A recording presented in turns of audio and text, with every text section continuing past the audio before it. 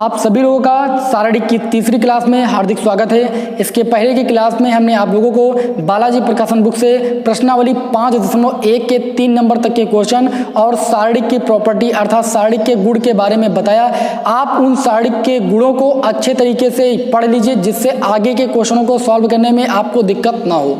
तो चलिए आज हम प्रश्नावली 5.1 के 3 नंबर के आगे के क्वेश्चन लगाते हैं। तो चौथा क्वेश्चन आपके सामने लिखा हुआ है और इसमें इन्होंने बोला है कि बिना प्रसार किए हुए सिद्ध कीजिए कि इस सारणी का मान इस सारणी के बराबर होगा। तो क्या करेंगे, हम LHS साइड ले लेंगे और हमें प्रसार नहीं करना, इस बात का ख्याल रखना। यहाँ पर हमें सारणी का प्रसार बिल्कुल भी नहीं करना है। तो सारणी हमारा दिया है A + B, B + C, C + A और यहाँ पर 2 दिया है। अगर हम C1 में C1 + C2 + C3 जोड़ लें तो 2A + 2B + 2C हो जाएगा और 2 हमारा जो होगा वो C1 से कॉमन निकल आएगा। तो हम यहाँ पर क्या करेंगे, कौन सी संक्रिया लगाएंगे, C1 की वैल्यू यानी कॉलम 1 की वैल्यू फाइंड करेंगे, कॉलम 1 + कॉलम 2 + कॉलम 3 से। तो देखिए हमें क्या मिलता है, A + B में B + C, C + A जो ऐड करेंगे तो ये जाएगा 2A + B + C अर्थात 2A, A 2A, B 2B और C 2C हो जाएगा। 2 हमने कॉमन ले लिया। इसी प्रकार P + Q में Q + R, R + P add करेंगे तो जाएगा 2P + Q + R। ये बात समझ में आई कि नहीं। हम यहाँ पर C1 की वैल्यू फाइंड कर रहे हैं, इस चीज़ को याद रखना आप। तो उसके बाद अगर देखें तो यहाँ पर x + y में y + z और z + x जोड़ेंगे तो हो जाएगा 2x + y + z। ये बात समझ में आई। अब हमें C2 और C3 में कोई परिवर्तन नहीं करना है क्योंकि हम यहाँ पर C1 की वैल्यू फाइंड कर रहे थे। तो ये आपका हो जाएगा B + C और ये हो जाएगा C + A और ये हो जाएगा Q + R, ये हो जाएगा R + P और ये हो जाएगा y + z और ये हो जाएगा z + x। ये बात समझ में आई।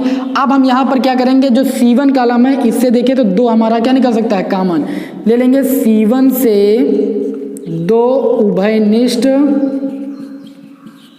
लेने पर अगर हम C1 से 2 उभयनिष्ठ ले लेंगे तो हो जाएगा 2 और ये आपका हो जाएगा A + B + C और ये हो जाएगा P + Q + R और ये हो जाएगा X + Y + Z और ये हो जाएगा B + C, ये हो जाएगा Q + R, ये हो जाएगा Y + Z और ये हो जाएगा C + A, R + P और ये हो जाएगा Z + X। याद रखना ये A है, इसको गलत नहीं करना आप, C + A कि क्यों बना दो, यहाँ पर भी हमने गलती की। तो चलिए इसको आगे थोड़ा सॉल्व करते हैं। यहाँ पर देखिए अब हमने 2 क्या ले लिया, उभयनिष्ठ ले लिया। अब हमें क्या करना, हमें प्रूव करना है APX BQY CRZ। अब देखिए यहाँ पर हम क्या करेंगे, अगर हम दूसरे कॉलम की वैल्यू फाइंड करें दूसरे कॉलम को पहले कॉलम से घटाकर और तीसरे कॉलम की वैल्यू फाइंड करें तीसरे कॉलम से पहले कॉलम को घटाकर, तो हमें क्या प्राप्त होता है, एक सरल लाइन प्राप्त होगी। देखिए चाहे आप C2 की वैल्यू फाइंड कीजिए C2 - C1 से तथा तीसरे कॉलम यानी C3 की वैल्यू फाइंड कीजिए C3 - C1 से। तो यहाँ पर आप दूसरे कॉलम की वैल्यू फाइंड करोगे तो पहला कॉलम एज इट इज वैसे ही रहेगा तो उसको वैसे लिख लीजिए A + B + C, P + Q + R, P + Q + R और X + Y + Z, X + Y + Z। दूसरे कॉलम की वैल्यू फाइंड करें दूसरे कॉलम से पहले कॉलम को घटाकर, तो इससे इसको घटाओगे तो B + C - A - B - C, तो B और C कैंसिल हो जाएगा तो क्या बचेगा आपका, माइनस का A बचेगा। Q + R से इसको घटाओगे तो Q और R कैंसिल हो जाएगा, क्या बचेगा, माइनस का P बच जाएगा। Y + Z से इसको माइनस करोगे तो Y और Z आपका कैंसिल हो जाएगा, ये आपका माइनस का X बच जाएगा। इसी प्रकार आप C3 की वैल्यू फाइंड करें C3 से C1 को माइनस करके, इससे इसको माइनस करोगे तो A और C कैंसिल हो जाएगा, क्या बचेगा, माइनस का B बचेगा। इससे इसको माइनस करोगे तो R और P आपका कैंसिल हो जाएगा, क्या बचेगा, माइनस का Q बचेगा। Z + X से इसको कैंसिल करोगे तो Z और X कैंसिल हो जाएगा, ये आपका माइनस का Y बचेगा। आई बात समझ में। तो ये सारणिक हमें प्राप्त हुआ और 2 हमारा कॉमन था उसको हमने लिख लिया।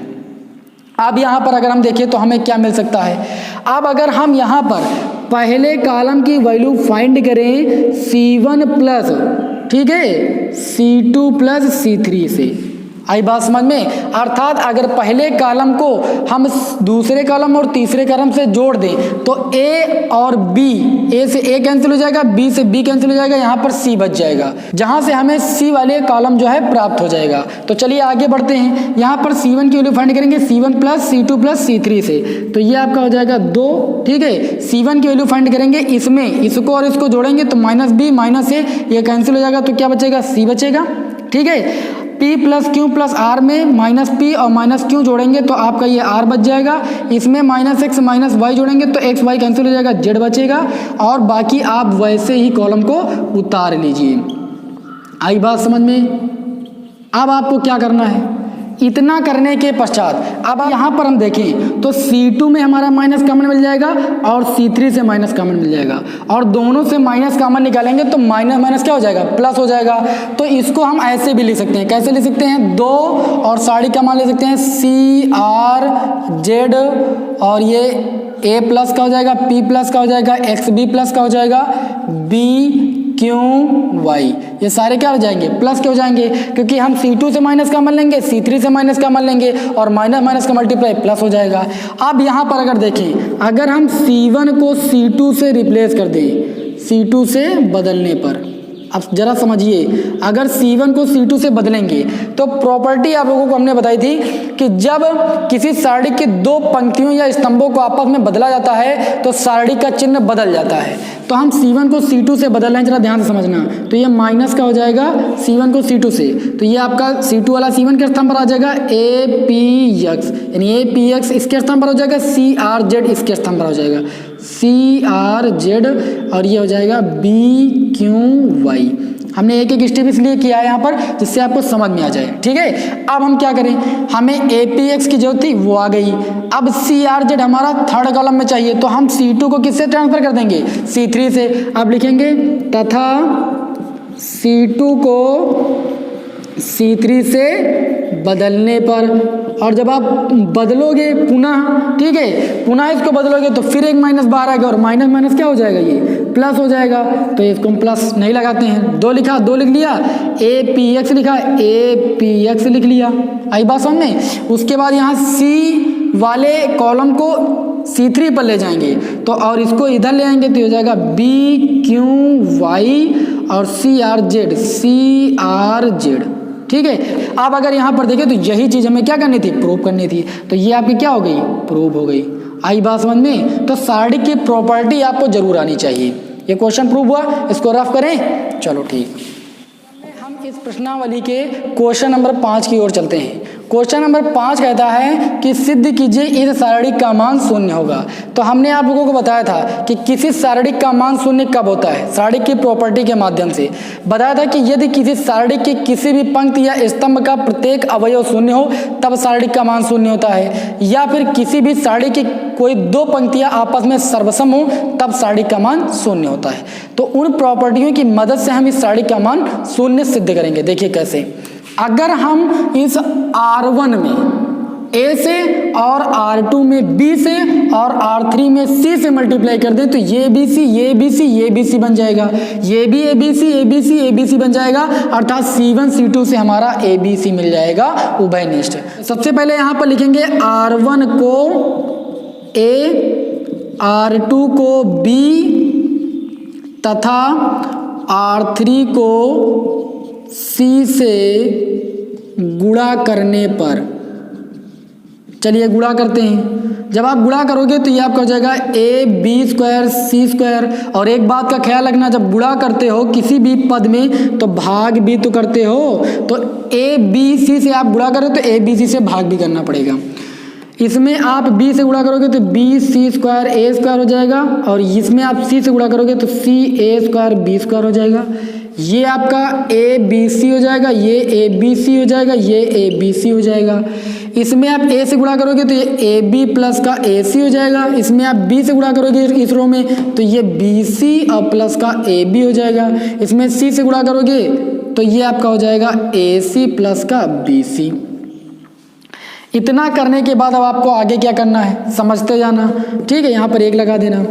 अब अगर हम देखें तो C1 व C2 यानी पहले कॉलम और दूसरे कॉलम से ABC उभयनिष्ठ ले सकते हैं। क्या ले सकते हैं? उभयनिष्ठ लेने पर C1 से आप ABC उभयनिष्ठ लोगे तो ये ABC हो जाएगा। C2 से आप ABC उभयनिष्ठ लोगे तो एक और ABC हो जाएगा, और बटे में कितना है? ABC। आई बात समझ में? तो सारणी का मान बचता क्या, जरा ध्यान से समझिए। सारणी का मान यहाँ पर ये बच जाएगा। क्या बच जाएगा? ये बच जाएगा आपका ABC का मान लिया तो आपका BC बच जाएगा। यहाँ पर ABC का मान लिया तो आपका AC बच जाएगा। ABC का मान लिया तो ये आपका AB बच जाएगा। इतनी बात समझ में आई? यहाँ से ABC का मान लिया तो एक बच जाएगा। यहाँ कुछ भी का मान तो लिया नहीं हमने, तो इसको ऐसे ही लिख दें AB plus AC, BC plus AB और AC प्लस BC। ये बात समझ में आ गई आप लोगों को? अब एक ABC कैंसिल हो जाएगा, तो ये आपका क्या बचेगा, जरा ध्यान से समझिए। ABC एक बच जाएगा, और सारणी के मान में जरा समझिए, ये BC AC AB और ये 1 1 1 और AB plus AC BC plus AB AC plus BC। अब यहाँ पर अगर ध्यान से समझें, अगर इस BC को इसमें ऐड कर ले तो ये AB plus BC plus CA हो जाएगा। AC को इसमें ऐड कर ले तो ये AB plus BC plus CA AB हो जाएगा। इसमें AB को ऐड कर दें तो AB plus BC plus CA AB हो जाएगा। अर्थात यदि हम C3 की वैल्यू फाइंड कर लें C1 प्लस C3 से तो हमारा कुछ कॉमन मिल जाएगा। देखिए क्या करते हैं, ये आपका हो जाएगा BC, ये आपका हो जाएगा AC और ये आपका हो जाएगा AB। ये 1 1 1 लिख दीजिए। BC जैसे इसमें जोड़ोगे तो ये आपका हो जाएगा, आगे पीछे थोड़ा है बस, AB प्लस BC प्लस का CA। आप देख सकते हो, ठीक है। इसमें जैसे ही AC जोड़ोगे तो ये जाएगा AB plus BC plus CA, और जैसे इसमें आप जोड़ोगे तो ये आपका हो जाएगा AB प्लस BC प्लस का CA। अब हम देखें तो C3 कॉलम से, C3 से AB plus BC plus CA क्या ले सकते हैं? उभयनिष्ठ ले सकते हैं। तो हम उभयनिष्ठ ले लेंगे। लेने पर जैसे ही आप AB plus BC plus CA उभयनिष्ठ लोगे तो ये आपका हो जाएगा ABC, और ये AB plus BC plus CA हमने कॉमन ले लिया तो सारणी का मान बच जाएगा BC, और ये आपका AC, ये आपका AB। तो ये आपका 1 1 1, इसमें से हमने सब कॉमन ले लिया तो 1 1 1। अब हमने प्रॉपर्टी नंबर आपकी 4 पढ़ी थी। क्या पढ़ी थी? कि यदि किसी सारणी की किन्हीं दो पंक्तियां आपस में सर्वसम हो, पंक्तियां या स्तंभ आपस में सर्वसम हो, तो उस सारणी का मान क्या होता है? शून्य होता है।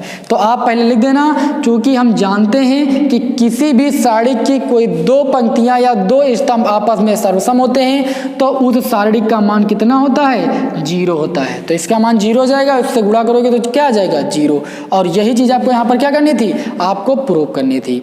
तो आप लोगों को यह क्वेश्चन कैसा लगा आप लोग जरूर बताइए हमें, ठीक है। इसको हम रफ कर रहे हैं। हमारा इस प्रश्नावली का क्वेश्चन नंबर 6 देखिए क्या कहता है। क्वेश्चन नंबर 6 कहता है कि सिद्ध कीजिए कि इस सारणी का जो मान है 0 के बराबर है। तो हमने आपको बता ही दिया कि किसी सारणी का मान कब 0 होता है, ठीक है, जब दो पंक्तियां या स्तंभ आपस में सर्वसम हो, या फिर किसी एक पंक्ति या स्तंभ के सारे अवयव आपके 0 हो। तो चलिए इसको देखते हैं। यहाँ पर अगर यहाँ पर देखें तो x प्लस 2 है, यहाँ पर x प्लस a से 2a हुआ, लेकिन है तो x ना। अगर यहाँ पर इस कॉलम यानी सेकंड कॉलम की वैल्यू हम फाइंड करें, सेकंड को फट से घटाकर, और थर्ड कॉलम की वैल्यू फाइंड करें, ठीक है, थर्ड से सेकंड को घटाकर, तो कुछ ना कुछ हमें सेम मिल सकता है। आप देख लीजिए चाहे अगर आप C2 की वैल्यू फाइंड करो C2 माइनस C1 से, तथा अगर आप C3 यानी तीसरे कॉलम की वैल्यू फाइंड करो तीसरे कॉलम से दूसरे कॉलम को घटाकर, तो देखते हैं क्या होता मिलता है हमें। x प्लस a में हमें कुछ नहीं करना है क्योंकि हम C2 की वैल्यू फाइंड कर रहे हैं। x प्लस 3a में हमें कुछ नहीं करना क्योंकि इसकी वैल्यू हमें फाइंड करना है। तो हम यहाँ पर x plus a, x plus 2, x plus 4a वैसे उतार लेंगे। x plus a, x plus 2a, x plus 4a। C2 की वैल्यू फाइंड कर रहे हैं, इससे इसको घटा के, इससे इसको घटाओगे तो x और x कैंसिल हो जाएगा, 2a से a के जाएगा, a के बच जाएगा। यहाँ पर हमने C2 से C1 इसीलिए घटाया है कि आंसर आपका पॉजिटिव है। आप घटा सकते हो C1 से C2 भी, कोई दिक्कत नहीं। x से x कैंसिल हो जाएगा, 3a से 2a जाएगा, आपका ak बच जाएगा। 5a से आपका 4a जाएगा तो ak बच जाएगा, x से x कैंसिल हो जाएगा। सेम टू सेम आप जब C3 से C2 को घटाओगे, x x कैंसिल हो जाएगा, 3a से 2a जाएगा, ak बच जाएगा। 4a से 3a जाएगा, ak बच जाएगा। 6a से 5a जाएगा, ak बच जाएगा। अब आपको सारणी की प्रॉपर्टी लगा देना है कि जब किसी सारणी में दो कॉलम आपस में सेम होते हैं तो उस सारणी का मान क्या होता है, शून्य होता है। आपको लिखना पड़ेगा यहाँ पर नीचे कि जब किसी सारणी में दो स्तंभ आपस में सर्वसम होते हैं तो उस सारणी का मान शून्य होता है। तो यहाँ पर C2 और C3 क्या है, सर्वसम। यहाँ पर लिखोगे क्योंकि C2 व C3 सर्वसम है, इसलिए सारणी का मान क्या होगा, 0 के बराबर होगा। बहुत छोटे क्वेश्चन हैं, बस आपको सॉल्व करने का तरीका आना चाहिए और वो तभी आएगा जब आप सारे क्वेश्चन को एक एक करके लगाने का पहली बार प्रयास करोगे। ठीक है, इस क्वेश्चन को रफ कर रहे हैं, आगे के क्वेश्चन की ओर बढ़ते हैं। हमारा अगला प्रश्न जो है इस प्रश्नावली का क्वेश्चन नंबर 7, वो कहता है कि सिद्ध कीजिए कि इस सारणी का मान शून्य होगा। देखिए बहुत ही अच्छा क्वेश्चन है और आपको सिर्फ थोड़ा सा समझना है, क्वेश्चन बहुत आसानी के साथ सॉल्व होगा। देखिए यहाँ पर सबसे पहले आपको क्या करना है, sine alpha, sine beta, sine gamma, ठीक है, और ये आपका हो जाएगा कॉस अल्फा, कॉस बीटा, और ये आपका हो जाएगा कॉस गामा। यहाँ पर साइन अल्फा प्लस डेल लिखा हुआ है, यानी साइन ए प्लस बी का फार्मूला लगाना है। तो आपका साइन ए प्लस बी का फार्मूला होता है sine A into cos B plus cos A into sine B, यानी साइन डेल। आई बात समझ में? यहाँ पर भी आप फार्मूला लगाओगे साइन ए प्लस बी का, sine A into cos B plus cos A into sine B. आई बात समझ में? यहाँ पर भी आप साइन ए प्लस बी का फार्मूला लगाइए, इसको ए मानिए, इसको बी मानिए, sine A gamma into cos B plus cos gamma into sine del. अब एक बात आपको यहाँ पर यह सोचनी है कि किसी एक रो या कॉलम को यदि हम शून्य कर दें तो इस सारणी का मान शून्य हो सकता है। अब कैसे कर दें? अब देखिए दिमाग आपको ये लगाना है यहाँ पर, अगर हम C3 की वैल्यू फाइंड करें, यानी इस कॉलम की वैल्यू फाइंड करें, ठीक है, तो यहाँ पर देखिए साइन अल्फा लिखा है तो, और यहाँ पर लिखा है कॉस डेल, तो साइन अल्फा तो यहाँ पर है लेकिन कॉस डेल नहीं है। तो हम C3 की वैल्यू फाइंड करें, C3 से C1 को माइनस करें, लेकिन C1 के साथ क्या ले लें, कॉस डेल ले लें। क्या ले लें? कॉस डेल, अर्थात C1 को कॉस डेल से गुणा करें और इससे घटा दें, और इसी के साथ और इसमें माइनस क्या करें, यहाँ पर कॉस अल्फा, यहाँ पर कॉस अल्फा है, अगर इस C2 को हम किससे गुणा कर दें, साइन डेल से गुणा कर दें, तो ये हमारा क्या हो जाएगा, साइन डेल कॉस अल्फा, जो कि यहाँ पर मिल जाएगा, और ये दोनों चीज़ें इससे कैंसिल हो जाएंगी, ये आपका 0 बन जाएगा। तो चलिए इस हम संक्रिया को अप्लाई करते हैं तो हमें क्या मिलता है, ये आपका सारणी का मान हो जाएगा sine alpha, sine beta, sine gamma. आई बात समझ में? इसमें भी कुछ नहीं करना, हम C3 की वैल्यू फाइंड कर रहे हैं, cos alpha, cos beta, cos gamma. आगे देखिए यहाँ पर लिखा है sine alpha cos del plus cos alpha sine del. ये बात समझ में आई? इतना करने के बाद अब इससे तुम्हें माइनस करना, ये C3 की वैल्यू हो गई, यहाँ पर लिख लिया हमने। अब C3 से माइनस करना cos del C1, cos del C1 की वैल्यू कितनी है, sine alpha, cos del sine alpha minus sine del C2, sine del cos alpha, तो ये आपका हो जाएगा साइन डेल कॉस अल्फा। ये बात समझ में आई? इसी प्रकार अब सेकेंड रो में जो लिखा है लिख लीजिए C3 की value, sine beta cos del plus cos beta sine del.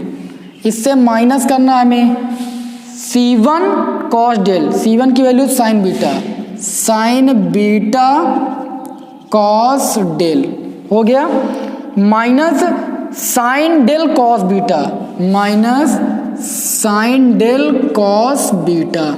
आई बात समझ में। फिर तीसरी रो पर आते हैं, C3 की वैल्यू है sine gamma cos alpha, plus लगाओ cos gamma sine del. C3 की वैल्यू माइनस करो, cos del C1, cos del लिखेंगे कॉस डेल और C1 के लिए sine gamma, minus sine del C2, sine del cos gamma, ये आपका हो जाएगा साइन डेल कॉस गामा। ठीक है, अब आप जरा देखिए sine alpha cos del, sine alpha cos del, ये चीज़ आपस में जीरो हो जाएगी, ये चीज़ आपस में जीरो हो जाएगी। इसी प्रकार ये और ये आपका जीरो, ये और ये आपका zero, plus minus sign gamma cos alpha, sign gamma cos alpha, ये देखो ये प्लस ये माइनस, तो ये पूरी रो आपकी क्या बन जाएगी, जीरो। तो ये आपका हो जाएगा sine alpha sine beta sine gamma और ये हो जाएगा cos alpha cos beta cos gamma 0 0 0। अब हमने प्रॉपर्टी नंबर 1 पढ़ी थी कि जब किसी सारणी की किसी भी पंक्ति या स्तंभ का प्रत्येक अवयव शून्य हो, तो यहाँ पर देखें तो C3 कॉलम के प्रत्येक अवयव शून्य है, इसलिए इस सारणी का मान क्या हो जाएगा, शून्य हो जाएगा। क्योंकि यही तो थी प्रॉपर्टी कि किसी भी सारणी की पंक्ति या स्तंभ का प्रत्येक अवयव शून्य हो जाए, उस सारणी का मान शून्य हो जाएगा। ठीक है, और अगर ना प्रॉपर्टी लगानी हो आपको तो C3 के सापेक्ष प्रसार कर दीजिए, इस सारणी का मान शून्य हो जाएगा। ठीक है, तो ये क्वेश्चन आप लोगों को समझ में आ गया। ठीक है, आज की क्लास को यहीं पर रोकते हैं, क्योंकि आपकी क्लास जो है बहुत लंबी हो जाती है, तो आप क्लास को देखने में थोड़ा बोर हो जाते होंगे, इसलिए आज की क्लास को हम यहीं पर समाप्त करते हैं। कल की क्लास में आप लोगों को फिर हम कुछ क्वेश्चन बताएंगे और धीरे धीरे सारणी को समाप्त कर देंगे। तो चलिए मिलते हैं आपको नेक्स्ट वीडियो में। जय हिंद, जय भारत।